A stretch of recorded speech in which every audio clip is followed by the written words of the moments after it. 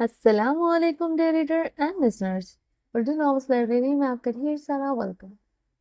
رمز عشق بائی نور آصف کے نیکسٹ ایپیسوڈ لے کر حاضر ہوئی ہوں۔ اگر آپ نے ابھی تک میرے اس چینل کو سبسکرائب نہیں کیا تو پلیز سبسکرائب کر دیں، لائک اینڈ شیئر کر دیں اور اپنی رائے کامنٹ باکس میں لازمی دیں۔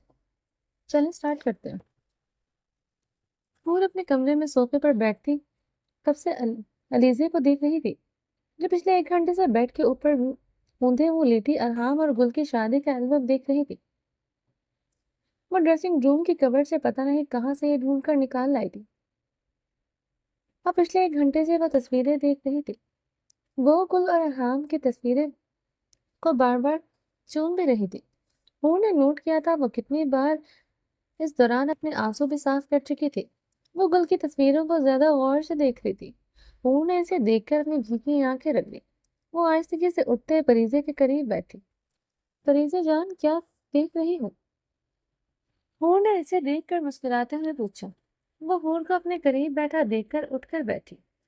ماما، ان تصویروں میں مودے اور بابا اچھے لگ رہے ہیں۔ وہ ہور کی گود میں بیٹھتے اس کا گال چومتے ہوئے بولی۔ فریزے کے گال چومنے پر ہور بھیگی آنکھوں سے کھلکھلا کر ہنس پڑی تھی۔ پتہ ہے فریزے جان، تمہاری کس مجھے سب سے پیاری ہے۔ ہور اس کے چھوٹے چھوٹے ہاتھ اپنے دونوں آنس پر رکھتے بولی۔ فریزے نے ہنستے ہوئے جب اب ہور کے دوسرے گال کو چوما تھا۔ بس اتنی چھوٹی سی کس۔ ہور کے لب بھرپور مسکرائے تھے۔ فریزے نے اب ہور کی ناک کی ٹپ پر اپنے لب رکھے تھے۔ ہور پھر سے کھلکھلا کر ہنس پڑی۔ فریزے البم پکڑے ہور کی گود میں بیٹھ کر دیکھنے لگی۔ نورے پیاری ہے، وہ ہور کے چہرے کی طرف دیکھتے معصومیت سے بولی۔ آپ کو مورے یاد آ رہی ہے؟ ہور نے اس کے اداس چہرے کو دیکھتے پوچھا۔ ہور کے سوال پر فریزے کی آنکھیں اتنی تیزی سے نم ہوئی تھی کہ ہور گھبرا گئی تھی۔ فریزے اس کے ساتھ لپٹتے رونے لگی۔ فریزے جان، کیا ہوا؟ ہور نے گھبراتے ہوئے پوچھا۔ مجھے مورے کے پاس جانا ہے، وہ ہچکیوں کے درمیان ٹوٹے لفظوں سے بولی۔ اوکے بیٹا، آپ چپ کر جاؤ، میں لے جاؤں گی آپ کو۔ ہور کو سمجھ نہیں آ رہا تھا وہ کیا کہے۔ وہ اسے چپ کروانے کی خاطر یہ کہہ گئی تھی، مگر بولنے کے بعد اسے اندازہ ہوا تھا اسے یہ نہیں کہنا چاہیے تھا، کیونکہ فریزے کا روتا چہرہ پل میں روشن ہوا تھا۔ آپ سچ میں مورے کے پاس لے جائیں گی؟ وہ اس کے دونوں آنس پر ہاتھ جماتے ہوئے پوچھنے لگی۔ جی بیٹا، ہور کہتے اپنی نظریں چرائی تھی۔ ہور نے درخشاں کے موبائل پر پڑی گل کو کال کر کے فریزے کو تھمایا۔ فریزے صوفے پر بیٹھی گل سے بات کر رہی تھی۔ مورے، مجھے آپ کے پاس آنا ہے، فریزے روتے ہوئے فون پر یہی کہے جا رہی تھی۔ اور پریشانی سے کمرے کے بست میں چکر لگا رہی تھی۔ دروازہ اس نے اندر سے بند کر لیا تھا۔ وہ درخشاں کی ہزاروں منت کر کے اس کے موبائل لے آئی تھی۔ فریزے سے کیا ہوا وعدہ پورا تو نہیں کر سکتی تھی، اس لیے اس نے بہت سوچے بچار کے بعد گل سے فون پہ بات کروانے کا سوچا، مگر اب اس کا دل سوکھے پتے کے مانند کانپ رہا تھا۔ اگر فریزے نے ارحام کو بتا دیا تو وہ فریزے سے جھوٹ بولنے کا بھی نہیں کہہ سکتی تھی۔ اتنی چھوٹی بچی کو وہ کیسے جھوٹ بولنا سکھا سکتی تھی؟ وہ کمرے میں ٹہل رہی تھی کہ فریزے نے بھاگتے ہوئے فون کے پاس آ کر فون سے تھمایا۔ مورے نے آپ سے بات کرنی ہے۔ فریزے فون کو تھماتے صوفے پر چڑھے اچھلنے لگی۔ ڈونٹ جمپ فریزے، ہور نے فون کان سے لگائے سے روکا تھا۔ وہ ہور کے پاس سنتے اسی وقت صوفے پر بیٹھ چکی تھی۔ جی، ہور نے فون کان سے لگائے کہا۔ ہور، بہت شکریہ تمہارا، تم نے ہمارا بیٹی سے بات کروائی، ورنہ ہم کو لگا تھا اب ہم فریزے کی آواز سن نہیں سکے گا۔ خان ہم سے بہت نفرت کرتا ہے، تم تو جانتا ہے۔ اسپیکر پر گل کی نم آواز پھٹی۔ اور گہری سانس بھر کر رہ گئی تھی۔ وہ اسے کیا کہتی؟ اور اب اس کا بدلہ کہ آج اپنی بیٹی کو خود سے دور رکھا، مگر آج ہم فریزے کی آواز سن کر احساس ہوا ہے کہ ہم اپنی بیٹی کے ساتھ بہت زیادتی کیا ہے۔ ہم اپنا بدلہ میں اتنا اندھا ہو گیا کہ اپنا بیٹی سے فون پر بات بھی نہیں کرتا، مگر تم نے ستیلا ماں ہو کر بھی اس کا درد سمجھا۔ گل فون پر اب رو رہی تھی۔ گل، وہ بچی ہے، اس کے ساتھ میں نے بہت غلط کیا ہے، جس کے لیے میں خود کو معاف نہیں کر سکتی۔ ہور نے نم لہجے میں کہا۔ ہور، تمہارا ہر غلطی ہر گناہ کا مداوع ہو جائے گا۔ ہم پر ایک احسان کر دو، تمہیں خدا کا واسطہ ہے، آج ہم اپنا بیٹی کی آواز سن کر تڑپ اٹھا ہے، اس کو ہم سے ملنے دو۔ فریزے نے بتایا ہے خان باہر گئے۔ خان واپس آ گیا، وہ کبھی فریزے سے ہم کو ملنے نہیں دیتا۔ تمہیں خدا کا واسطہ ہے ہمارا بیٹی سے ملوا دو۔ وہ گڑ گڑاتے ہوئے انتظار کو دیکھ رہی، یہ کیسے ممکن ہے؟ وہ اس کا مطالبہ سن کر حیران ہوئی تھی۔ یہ ممکن ہے ہو جب خان جب تک باہر ہے، یہ ممکن ہے ہم حویلی آ جاتا ہے، تم کسی طرح فریضے کو باہر بھیج دے، ہم اسے مل کر چلا جائے گا۔ اور اب تک اس کی بات سن رہی تھی۔ آئی ایم سوری، میں آپ پر اعتبار نہیں کر سکتی۔ ہور نے اٹل لہجے میں انکار کیا۔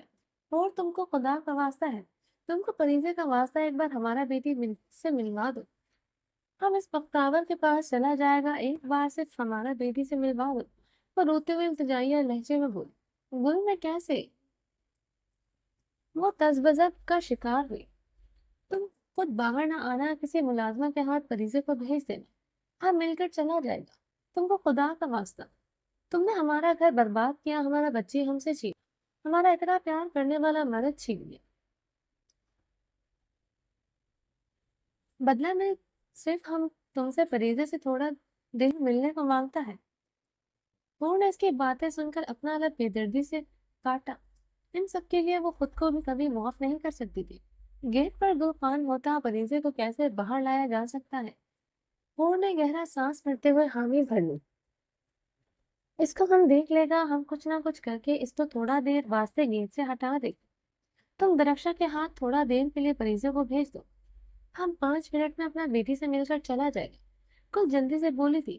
ٹھیک ہے، میں کرتی ہوں، آپ کچھ کرتی ہوں، آپ آ جائیں۔ فون نے کانپتے لبوں سے کہتے فون بند کر دیا۔ فریضے کی خوشی سے چہکتے چہرے کو دیکھتے وہ گھبراتے ہوئے صوفے پر بیٹھی۔ فریضے خوشی سے اس کے ساتھ لپٹ پڑی تھی۔ بہار فجر کی نماز پڑھنے کے بعد سوئی نہیں تھی۔ وہ کمرے میں موجود صوفے پر پاؤں اوپر کیے دونوں ہاتھ گھٹنوں کے گرد جمائے بیٹھی تھی۔ رات سے کمرے میں الیکٹرک ہیٹر آن تھا۔ کمرہ اچھا خاصا ہیٹڈ تھا کہ کمبل لینے کی بھی ضرورت نہیں تھی۔ وہ صوفے پر بیٹھی بری طرح اپنے لب کچلتے بیڈ پر موجود شہرام کو دیکھ رہی تھی، جو کمبل کے بغیر شرٹلیس اوندھے منہ لیٹا کافی گہری نیند سو رہا تھا۔ اسے یوں سوتا دیکھ کر بہارے کا پورا وجود شعلوں میں گرا تھا۔ ایک آگ کی تپش اسے اپنے گرد محسوس ہو رہی تھی۔ گرم کمرے کی حدت سے اسے اپنے پور میں سونا چپتی محسوس ہو رہی، پر اسے چھوئے بغیر سو گیا۔ اسے اس کی طلب کی محسوس نہیں ہوئی۔ وہ اپنی ضرورت کہاں سے پوری کرتا ہے؟ یہ سوال اس کے اندر آگ لگائے ہوئے تھے، اور وہ جلتی لکڑی کی مانند سلگ رہی تھی۔ ابھی بھی وہ صوفے پر بیٹھی شہرام کو دیکھ رہی تھی کہ مدھم سانسیں اور مدھم سے خراٹے کمرے میں گونج رہے تھے، جس پہ بہارے نے بھڑ بڑ جلتے اپنے سر سے دوپٹہ اتار کر زمین پر پھینکا تھا، اور گھٹنوں میں منہ چھپائے وہ اپنے لرزتے وجود پر قابو پانے لگے۔ وہ کافی دیر تک ایسے ہی گھٹنوں میں منہ دیے بیٹھی رہی تھی۔ روزینہ خانم کی باتیں اس کا دماغ سے نکل نہیں رہی تھی۔ شوہر چاہے جتنا مرضی محبت کرے، بیوی جتنا مرضی خوبصورت ہو، اس کو بھٹکنے میں دل نہیں لگتا۔ اس کو ہمیشہ اپنا خوبصورتی اپنا اداؤں میں باندھ کر رکھنا پڑتا ہے۔ روزینہ خانم کے الفاظ یاد کرتے اس نے گھٹنوں سے سر اٹھایا، اپنے بال مٹھیوں میں جکڑے تھے۔ اسلام آباد کے ہوٹل میں شہرام کا ہاتھ آئزل کی کمر پر لپٹا یاد آیا تھا، اور آئزل کا مسکراتے ہوئے اس کے ساتھ چپکنا اسے بھول نہیں رہا تھا۔ اس نے گہرے سانس بھرتے اپنی گردن پر ہاتھ رکھ کے اپنا سانس بحال کیا۔ پورے وجود میں مرچی سی لگتی محسوس ہوئی تھی۔ وہ اتنا کیوں چل رہی تھی، تڑپ رہی تھی، اسے سمجھ نہیں آ رہا تھا، مگر پچھلے کچھ دنوں سے اس نے جتنا سامنے لیٹے وہ ستمگر کے متعلق سوچا تھا، اتنا آج تک کسی کے بارے میں نہیں سوچا۔ وہ مزید اسے سوتا نہیں دیکھ سکتی۔ وہ اپنے اندر کے گھٹنوں کو کم کرنے کے لیے اپنے گرد شال لپیٹتے کمرے سے باہر نکلتی لاؤنج میں آئی تھی۔ لاؤنج کمرے سے بھی زیادہ گرم تھا۔ سینٹرل ہیٹر آن تھا، اور آتش دان بھی جل رہا تھا۔ روزینہ خانم کو صوفے پر بیٹھتے تلاوت کرتا دیکھ وہ گہرا سانس بھر کر رہ گئے تھے۔ کمرے میں سے عجیب سی گھٹن محسوس ہو رہی تھی، مگر روزینہ خانم اسے یہاں دیکھ لیتی تو 100 سوال پوچھتی، یقیناً راہ کے متعلق پوچھتی تو وہ کیا کہتی۔ شہرام نے اسے چھونا تو دور کے بعد اس کی طرف دیکھا بھی نہیں۔ ایک بار پھر اس کا انگ انگ جھلسا تھا۔ وہ پلٹنے ہی لگی تھی کہ روزینہ خانم کی پکار پر وہ گہرا سانس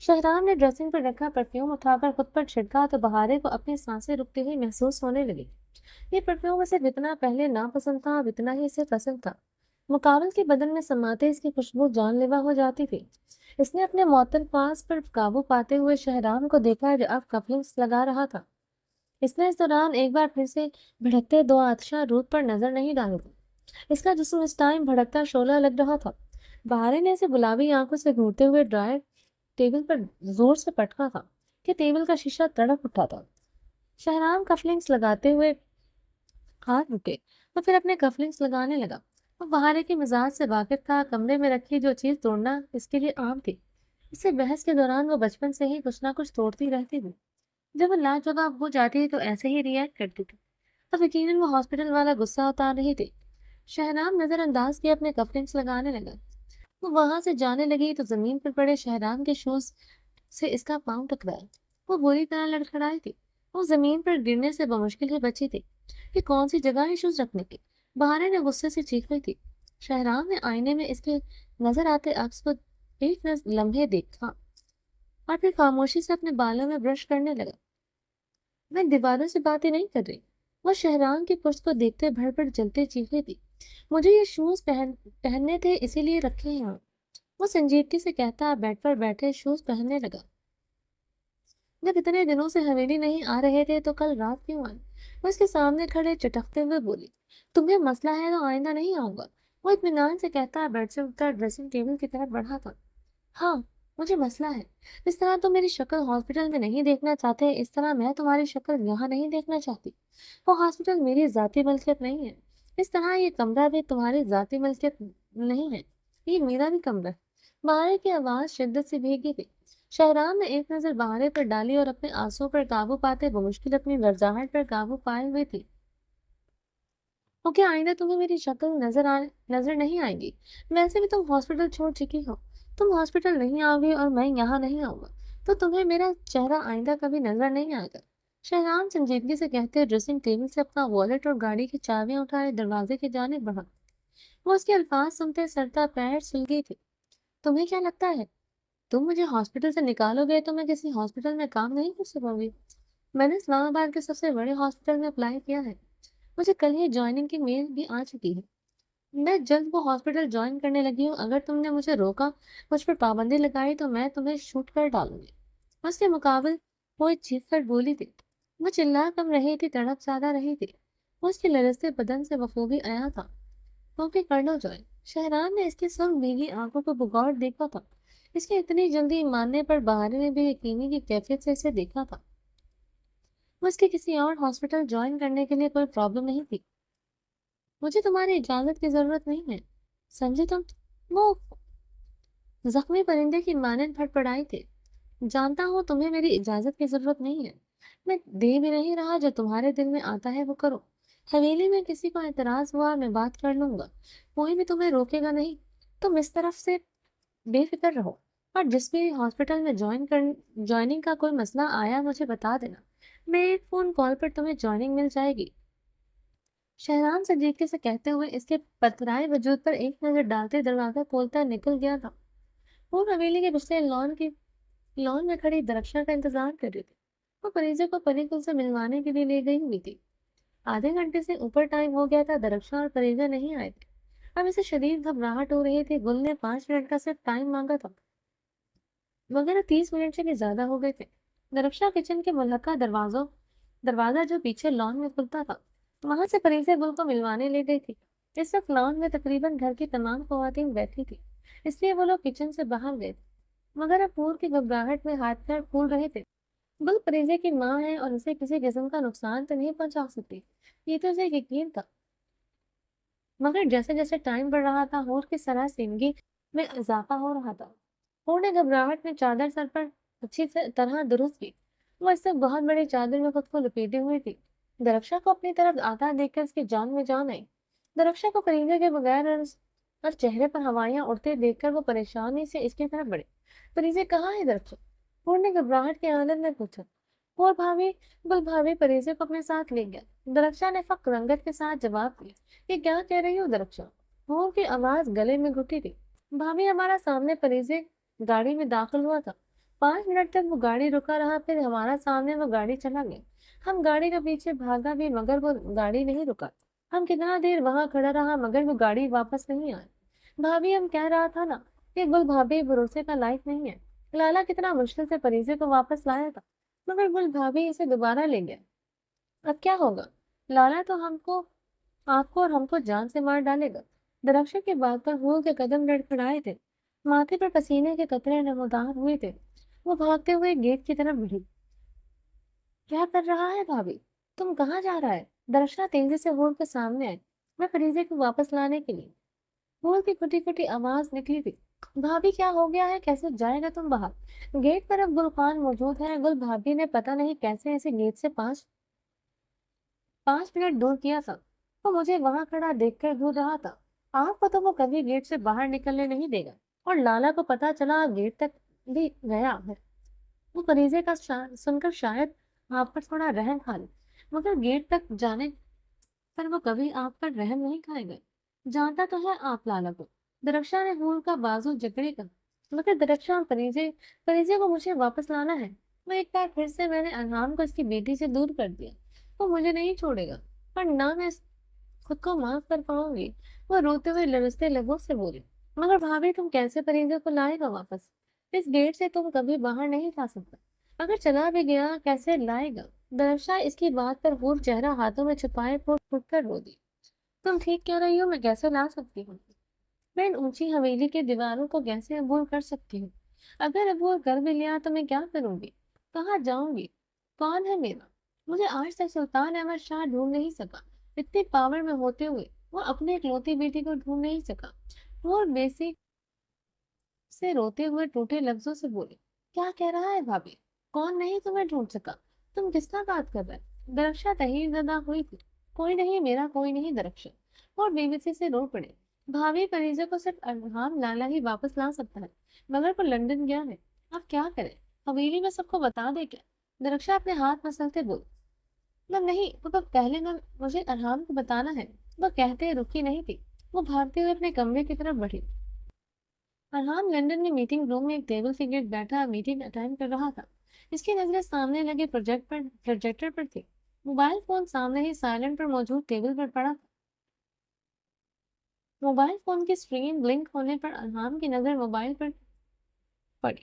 فون پر جگمگاتا درخشاں کا نمبر دیکھ کر چیئر پر سیدھا ہوا۔ ارحام نے پریشانی سے موبائل پکڑا۔ میٹنگ بہت امپورٹنٹ تھی، وہ میٹنگ سے اٹھ کر باہر نہیں جا سکتا تھا، مگر درخشا کے نمبر سے فون آنے پر وہ پریشان ہوا تھا۔ اگر حویلی میں کسی کو کوئی مسئلہ پریشانی ہوتا تو یقیناً فون گھر کے کسی نمبر سے آتا، مگر درخشا اسے فون کیوں کر رہی تھی؟ نہ اس سے پہلے کبھی درخشا نے اسے فون آیا تھا۔ فون کی اس کے ساتھ اچھی خاصی اٹیچمنٹ تھی، اس لیے اس نے درخشا کا نمبر پتہ نہیں کس احساس اور ضرورت کے تحت اپنے موبائل میں سیو کر لیا تھا، مگر آج اس کا فون آنا اسے حیران کر گیا۔ ارحام فون ٹیبل پر رکھتے پروجیکٹر کی طرف متوجہ ہوا، مگر یکدم اس کے ذہن میں جھماکا ہوا تھا۔ حویلی میں سب اس کے پاس فون تھا، مگر ہور کے پاس فون نہیں تھا، اور ہور اس کی غیر موجودگی میں زیادہ تر درخشاں کے ساتھ ہی تو رہتی تھی۔ ہور ارحام کے دل کی دھڑکنوں میں انتشار برپا ہو رہا تھا۔ وہ موبائل فون اٹھاتے جلدی سے میٹنگ روم سے نکل گیا۔ ہور کا نام ذہن میں آتے ہی وہ اپنی اتنی امپورٹنٹ میٹنگ بیچ میں چھوڑ کر نکل آیا تھا۔ یقیناً پروجیکٹ اس کے ہاتھ سے نکل جانا تھا۔ ارحام نے باہر آتے ہی مسلسل بلنک ہوتے فون کا یس کا بٹن پریس کرتے کان سے لگا۔ ارحام فون کپکپاتے لبوں سے بولتی رو پڑی، کیا ہوا ہے ہور؟ تم رو کیوں رہی؟ ارحام ہور کے رونے کی آواز سنتے پریشان ہوا۔ ہور کے رونے میں شدت میں اضافہ ہوا۔ کیا ہوا ہے ڈینٹ؟ رو مت، مجھے بتاؤ۔ وہ دبے انداز میں فون پر چیخا تھا۔ وہ سامنے روتی تھی تو اب اس سے برداشت نہیں ہوتا تھا۔ میلوں دور وہ بے بسی سے چلا کر رہ گیا تھا۔ ارحام پریزے گل کو لے گئی ہے، پریزے کو گل لے گئی ہے۔ ہور نے کانپتے لبوں سے بمشکل اپنی بات مکمل کی تھی۔ یہ کیا کہہ رہی ہو؟ کیسے ممکن ہے؟ ہور کی بات سن کر وہ شاکڈ ہوا تھا۔ ارحام ماما، میں نے تو صرف پریزے کو گل سے ملوایا تھا۔ پریزے رو رہی تھی، مگر گل پریزے کو اپنے ساتھ لے گئی۔ یہ کیا کہہ رہی ہو؟ تم یہ کیسے کر سکتی ہو؟ وہ بے یقین ہوا۔ تم کہاں ہو؟ اگلے ہی لمحے اس کے فون پر گرفت مضبوط ہوئی تھی۔ وہ فون پر پوری قوت سے دھاڑا تھا۔ ارحان کی گرجدار آواز سن کر اسے اپنے کان کے پردے پھٹتے محسوس ہوئے۔ فون اس کے ہاتھ سے لرز کر زمین پر جا گرا تھا۔ وہ شدت سے روتے ہوئے اپنے کانوں پر ہاتھ رکھ گئی تھی۔ ایسی ہی دھاڑ نکاح کی رات کو اس کے کان کے پردے پھاڑ گئی تھی۔ اسپیکر سے وہ مسلسل ہور ہور پکار رہا تھا۔ جیسے جیسے ارحان کی پکار میں اضافہ ہو رہا تھا ویسے ویسے ہور کے رونے میں اضافہ ہو رہا تھا۔ ہور اپنے آنسو صاف کرتے باہر لاؤنج میں آئی جہاں حویلی کے تمام خواتین براجمان تھیں۔ وہ مینا خانم کو فریضے کے متعلق بتانے کے لیے ان کی طرف بڑھی ہی تھی کہ درخشاں بھاگتے ہوئے آئی تھی۔ خانم بھی، حویلی کے باہر وہ آیا ہے۔ درخشاں پھولتی سانسوں کے درمیان بولی، کون آیا ہے؟ امینا خانم نے تعجب آمیز نگاہیں درخشاں پر گاڑی جس کا رنگ سرخ پڑ رہا تھا۔ وہ گانا گانے والا سب آنکھوں والا ہے نا، ساحر خان زادہ آیا ہے۔ درخشاں کی بات پر ہور نے صوفے کی سطح پر اپنا لرزتا ہاتھ چمایا تھا۔ حویلی کے باہر گاڑیوں کا لائن لگا ہے۔ اتنا لمبا قطار ہے، نظر نہیں آ رہا ٹھہر رہا۔ ان گاڑیوں میں گارڈز ہی گارڈز ہے۔ ایسا لگتا ہے سارا شہر کا گاڑیاں گارڈز ادھر ہی آ گئے ہیں۔ پولیس کی گاڑیاں بھی ہیں۔ اتنا بڑا افسر ہے ان گاڑیوں سے اترا ہے۔ داجی تو پریشان ہو گیا۔ درخشاں ایک ہی سانس میں بول رہی تھی، اللہ خیر کرے۔ امینا خانم اور روزینہ خانم پریشانی سے صوفے سے اٹھتی کھڑی ہوئی تھی۔ کوئی سلطان احمد شاہ جی آیا ہے، اس ساحر خان زادہ کے ساتھ، سنا ہے بہت بڑا آدمی ہے۔ باہر سب سے ملازم لوگ یہی کہہ رہا تھے۔ افسر لوگ بھی اس کا سامنے سر جھکا کر کھڑا تھا۔ درخشاں کی بات پر ہور کے بدن پر لرزہ طاری ہوا تھا۔ اس نے اپنے چکراتے سر کو سنبھالا تھا، آنکھوں سے سیال مادہ بہا تھا۔ وہ دونوں ہاتھ صوفے کی سطح پر جمائے شدت گریا سے پھٹ پھٹ کر رو دی تھی۔ آج 6 ماہ بعد اس نے یہ نام سنا تھا۔ سب حیرت سے اسے یوں روتے ہوئے دیکھ رہے تھے۔ وہ سب کے سامنے آج پہلی مرتبہ روئی تھی، ورنہ ارحان خان زادہ کے ہر ظلم ہر تکلیف پر اس نے کبھی کسی کے سامنے آنسو نہیں بہائے تھے۔ مگر وہ آج صوفے پر ہاتھ جمائے اونچا اونچا رو رہی تھی۔ اسے ایسا روتے دیکھ کر عابر، بہارے اور ابرش بھی اب اپنی اپنی نشستوں سے اٹھی تھی۔ اس نے اپنی آنسو اپنی ہتھیلی سے صاف کرتے سب کو ایک نظر دیکھتے گہرے سانس لیے تھے۔ دوسرے ہی لمحے وہ مردان خانے کی طرف بڑھی تھی۔ سب نے حیرانگی سے اسے مردانے کی طرف بڑھتے دیکھا تھا۔ شال اس کے ایک کندھے پر لہراتے زمین بوس ہو چکی تھی۔ اس کے براؤن سلکی بال کمر پر لہرا رہے تھے۔ وہ بے پردہ مردان خانے کی طرف تیز تیز قدموں سے بڑھ رہی تھی۔ اس کے قدموں میں عجلت کے ساتھ ایک اعتماد بھی تھا۔ حیدر خان اپنی حویلی کے بڑے سے سٹنگ روم میں رقیہ خانم اور حاکم خان کے ساتھ بیٹھا ہوا تھا۔ وہ آج جلدی حویلی آ گیا تھا۔ آتے ساتھ وہ ہمیشہ کی طرح رقیہ خانم کے پاس آیا تھا۔ وہ سٹنگ ایریا میں بیٹھی تھی، اس لیے آج وہ یہیں چلا آیا تھا۔ اوس گل میں رقیہ خانم کے ساتھ صوفے پر بیٹھی تھی۔ کیا بات ہے حیدر، آج تم جلدی چلا آیا؟ رقیہ خانم کی بات پر حیدر خان صوفے پر سیدھا ہوا تھا۔ جی مورے آفس کا کام ختم ہوا تو جلدی آ گیا، حیدر خان مودبانہ لہجے میں بولا۔ حیدر، سوات میں جو نیا ہوٹل کھلا ہے وہ کیسا چل رہا ہے؟ حاکم خان نے پوچھا۔ بابا بہت اچھا چل رہا ہے، اس کا نیٹ پروفٹ باقی تمام ہوٹل سے اچھا آنے کی امید ہے، حیدر خان کو اعتماد لہجے میں بولا۔ کیا فائدہ اتنا بڑا ہوٹل کھولنے کا، اتنا بڑا بڑا زمینوں کا، جب ہمارا وارث آنے کا کوئی امید ہی نہیں ہے؟ یہ زمین، یہ جائیداد، یہ اس کا کاروبار، یہ سب کچھ تمہارا بات یا تو یتیم خانے جائے گا یا پھر ہمارا رشتہ دار آپس میں بانٹے گا۔ رقیہ خانم آپ دیدہ لہجے میں بولی۔ رقیہ خانم کی بات پر حیدر خان کا رنگ سرخ پڑا تھا۔ وہ جبڑے بھینچے اپنی گھنی بیئرڈ پر ہاتھ پھیرتے رہ گیا تھا۔ فرشتے اسی لمحے ہاتھوں میں قہوہ کی ٹرے پکڑے اندر داخل ہوئی تھی۔ حیدر نے بغور اس کا جائزہ لیا۔ وہ صبح والے ریڈ کلر کے گرم ڈریس میں ملبوس تھی۔ ریڈ دوپٹہ سر پر اوڑھے ہوئے تھی۔ ڈریس کافی ملنجہ ہو چکا تھا۔ چہرے پر تکلیف کے ساتھ تھکن بھی تھی۔ آج وہ اسے دیکھ کر گلابی نہیں ہوئی تھی بلکہ چہرہ سپاٹ تھا۔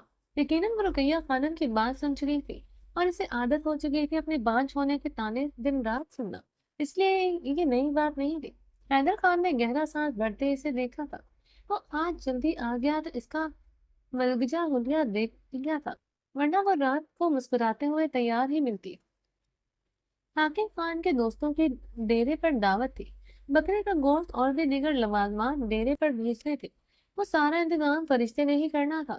حیدر خان نے بغور اس پر پرمسدہ چہرے کو دیکھا تھا جو تھکن سے چور تھا اور چہرہ کافی سرخ ہو رہا تھا۔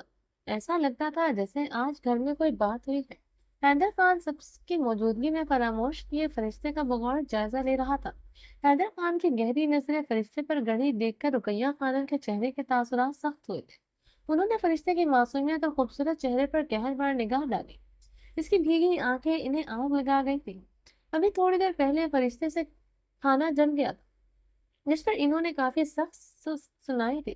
باندھ ہونے کے تانے کے ساتھ اسے حیدر کی دوسری شادی کی دھمکی بھی دی تھی۔ یہ تو ان کا روز کا معمول تھا کہ ساتھ پہلی بار کرائے، مگر فرشتے یوں حیدر کے سامنے بھیگی آنکھوں تھی۔ السلام علیکم خان، فرشتے نے ایک نظر حیدر خان کو دیکھتے سلام کیا۔ حیدر خان نے سر ہلاتے ہوئے فرشتے کے ہاتھ میں پکڑی ٹرے سے قہوہ کا کپ اٹھایا تھا۔ فرشتے نے سبھی کو قہوہ کی پیالیاں پکڑائیں۔ یہ کیا فرشتے، میں نے تمہیں اپنے لیے کافی بنانے کو کہا تھا، تم قہوہ لے آئی؟ اوس بول نے قدرے اونچی آواز میں کہا۔ میں بھول گئی تھی، میں ابھی لاتی ہوں، فرشتے کہتے دروازے کی طرف بڑھی تھی۔ حیدر خان کے ٹیبل پر کپ پٹکنے کی آواز پر دروازے کے بیچ رکتے حیدر خان کی طرف متوجہ ہوئی۔ کپ کے اندر سے قہوہ چھلکتے ٹیبل کو داغدار کر چکا تھا۔ حیدر خان کے ماتھے پر بالوں کا جال گہرا ہوا تھا، رنگ اشتعال کے مارے سرخ ہوا تھا۔ باقی سب بھی حیدر خان کی طرف متوجہ ہوئے تھے۔ خان، فرشتے گھبراتے ہوئے حیدر خان کی طرف بڑھی تھی۔ تم جاؤ یہاں سے فرشتے، حیدر خان نے لب پیچھے کہا۔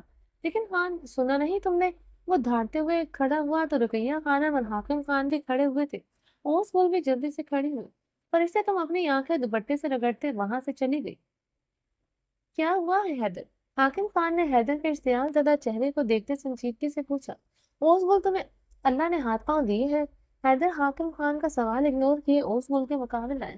اوس بول نے گڑبڑاتے ہوئے رقیہ خانم کو دیکھا۔ مورے کی طرف مت دیکھو، مجھے بتاؤ۔ حیدر خان کا لہجہ مزید سخت ہوا تھا۔ جی لالا، حیدر خان کا پرخت چہرہ، وہ اس کا درش لہجہ محسوس کرتے اس کے لبوں سے ہکلاہٹ کے مارے لالا برآمد ہوا۔ جب اللہ نے تمہیں ہاتھ پاؤں دیے ہیں تو انہیں استعمال کرنا بھی سیکھو۔ آئندہ میں تمہیں فرشتے پر حکم چلاتا نہ دیکھوں۔ حیدر خان نے سخت لفظوں میں انگلی اٹھائے تنبیہ کی تھی۔ جی، اوس بول رقیہ خانم کی طرف دیکھتے ڈبڈبائے لہجے میں بول۔ حیدر، کیا تم فرشتہ کا ہمارا کام کرنا بھی برا لگتا ہے؟ تو بتا دو، ہم آئندہ سے اس کو کوئی کام نہیں کرے گا۔ رقیہ خانم نے سنجیدگی سے پوچھا۔ مورے کیسی بات کر رہی ہیں آپ؟ مجھے کیوں برا لگے گا؟ وہ آپ کی بہو ہے، فرض ہے اس پر آپ کی خدمت کرنا۔ چلو شکر ہے تم نے ایسا کہا، ورنہ ہم کو تو لگا تھا ہم سے کہے گا کہ ایک بہو پر اسلام میں ساس سسر کا خدمت کرنا نہیں آیا، تو تمہارا بیوی ہے وہ صرف تمہارا ہی کام کرے گا۔ رقیہ خانم کے طنزیہ لہجے میں کہا۔ میں نے ایسا کب کہا مورے؟ حیدر خان نے جھنجھلاتے ہوئے اپنے منہ پر ہاتھ پھیرا۔ آج کل کا بچہ لوگ اپنا مطلب کے واسطے دین یاد آ جاتا ہے، یہ بھول جاتا ہے اگر بیوی کا حکم دین میں آیا ہے تو ماں کا حکم بھی سرتابی کرنا پڑتا ہے۔ حکم سے سرتابی کرنا بھی بڑا سخت گناہ ہے۔ ہم نے تمہارا واسطہ کیا کچھ نہیں کیا۔ ہمارا ایک خواہش ہے کہ ہم کو ہمارا پوتا پوتی دے دو، مگر تم وہ خواہش بھی پوری نہیں کر سکتا۔ پورے یہ میرے بس میں نہیں ہے۔ حیدر خان بے بسی سے بولا تھا۔ ہر بات کی تان آ کر اب اسی پر ٹوٹتی تھی۔ وہ عاجز آ چکا تھا۔ ہے تمہارا بس میں ہی ہے، تم اوس بول سے شادی کر لو حیدر، خدا تم کو اس سے بچے دے دے گا، تم وہی بچہ فرشتے کو دے دینا، اس طرح تم اس کی سونی گود ہری کر سکتا ہے۔ فرشتے بھی ایک عورت ہے، ماں بننے کا تڑپ اس کو بھی تڑپاتی ہوگی۔ تم مرد ہے، تم 2 شادیاں بھی کر سکتا ہے، نباہ کر سکتا ہے، دونوں بیویوں کا حقوق برابری کی سطح پر ادا کرتے رہنا۔ اب وعدہ کرتا ہے کبھی فرشتے کی حق تلفی نہیں ہونے دے گا۔ رقیہ خانم کی بات پر وہ تلخی سے مسکرایا تھا۔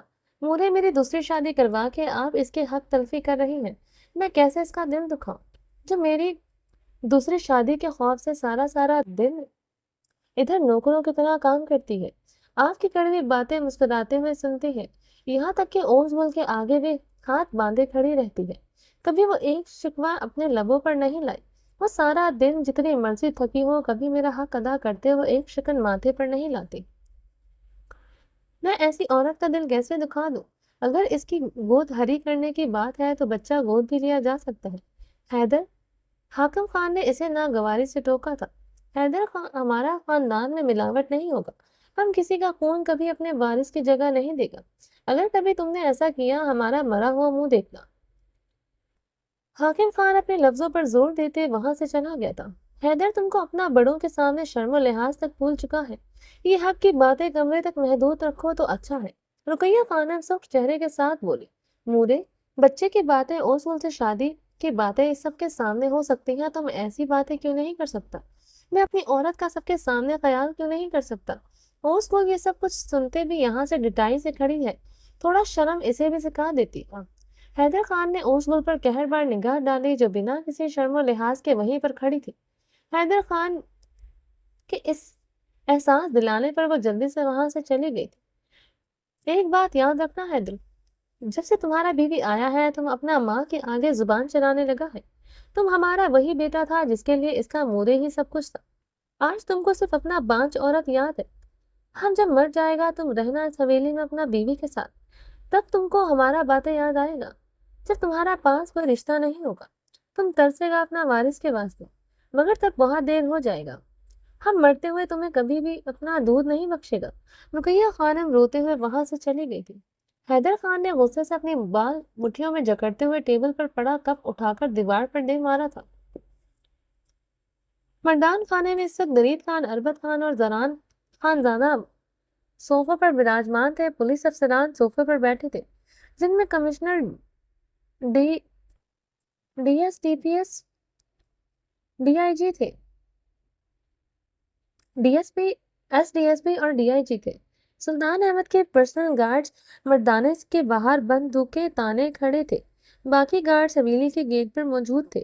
پولیس کی گاڑیاں بھی حویلی کے گیٹ کے باہر کھڑی تھی، جن میں کچھ افسران اور پولیس اہلکار موجود تھے۔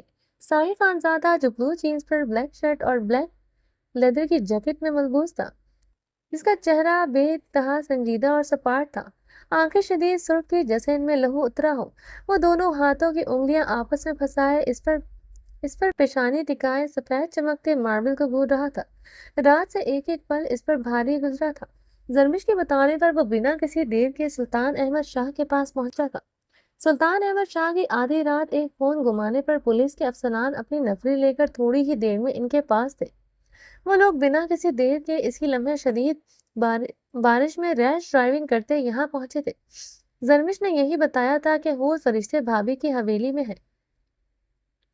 ساحر خانزادہ اسی لمحے سمجھ چکا تھا، اسے ادھر ہی ہونا چاہیے تھا۔ اس کے دل نے جھوٹی گواہی نہیں دی تھی، وہ وہی تھی جہاں اس نے محسوس کیا تھا۔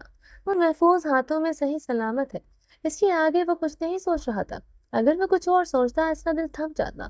وہ اسے دیکھے بغیر، اسے چھوئے بغیر ابھی اس کی سانسیں نہیں رک رہ سکتی تھی۔ ساحر خانزادہ کی آنکھوں میں مزید خون اترا تھا، ایک ٹانگ اضطراری کیفیت میں ہل رہی تھی۔ وہ اپنی اضطراری کیفیت پر قابو پائے سیدھا ہوا۔ سلطان احمد شاہ مردانے میں اضطرابی انداز میں چکر لگاتے اپنے ہونٹوں پر اپنے ہاتھوں کا مکہ بنائے ہلکا ہلکا مار رہے تھے۔ تبھی اپنے بالوں میں وہ اضطرابی انداز میں انگلیاں پھیرنے لگتے۔ یہ کچھ گھنٹے انہوں نے اس طرح گزارے تھے، یا تو وہ جانتے تھے یا ان کا خدا جانتا تھا۔ ساحر خانزادہ کے انکشاف پر ان کا دل کچھ پلوں کے لیے رک گیا تھا، زبان گم ہوئی تھی۔ ان کی بیٹی یہاں پہاڑوں میں تھی، انہیں یقین نہیں آیا تھا۔ انہوں نے 2 منٹ میں اس حویلی اور یہاں کے مکینوں کا بایو ڈیٹا نکال لیا تھا۔ یہ لوگ خان ہیں اور اسی علاقے میں کافی رعب و دبدبہ ہے انہیں تمام انفارمیشن چند ہی لمحوں میں مل چکی تھی، اور یہ بھی یہ حویلی ارحان خان زادہ کی ہے، اور یہاں کیسے پہنچی وہ نہیں جانتے تھے۔ وہ یہاں کس حیثیت سے رہ رہی ہے وہ یہ بھی نہیں جانتے تھے۔ ان کی بیٹی ٹھیک اور صحیح سلامت ہے، انہیں اس کے آگے کچھ نہیں سوچنا تھا۔ وہ 6 ماہ میں بہت سے گھروں میں، بہت بڑی بڑی حویلیاں، بنگلوں کے مختلف کلبس، بہت سے کوٹھوں پر چھاپے مار چکے تھے، جن شپنگ میں باہر کے ممالک میں لڑکیاں سمگل کی جاتی ہیں۔ ہر شپ، ہر جگہ پر وہ حور کو ڈھونڈ چکے تھے۔ ایسے میں ان کی جاتی تھی، سمگل کی جاتی تھی۔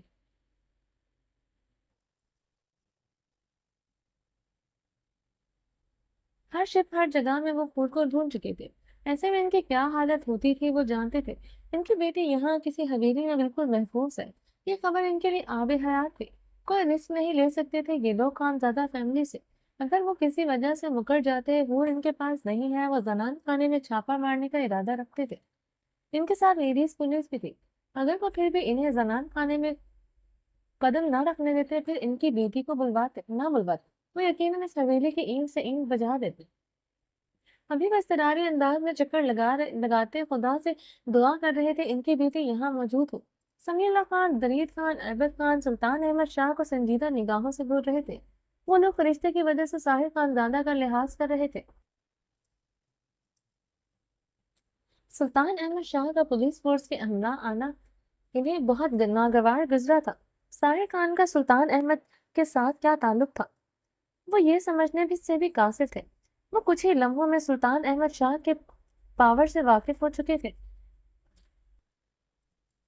اپنے سامنے اعلیٰ افسران کو دیکھ کر، گاڑیوں کی لمبی قطاریں اور سینکڑوں گارڈز کو دیکھ کر انہیں سلطان احمد کے پاور کا اندازہ ہوا تھا۔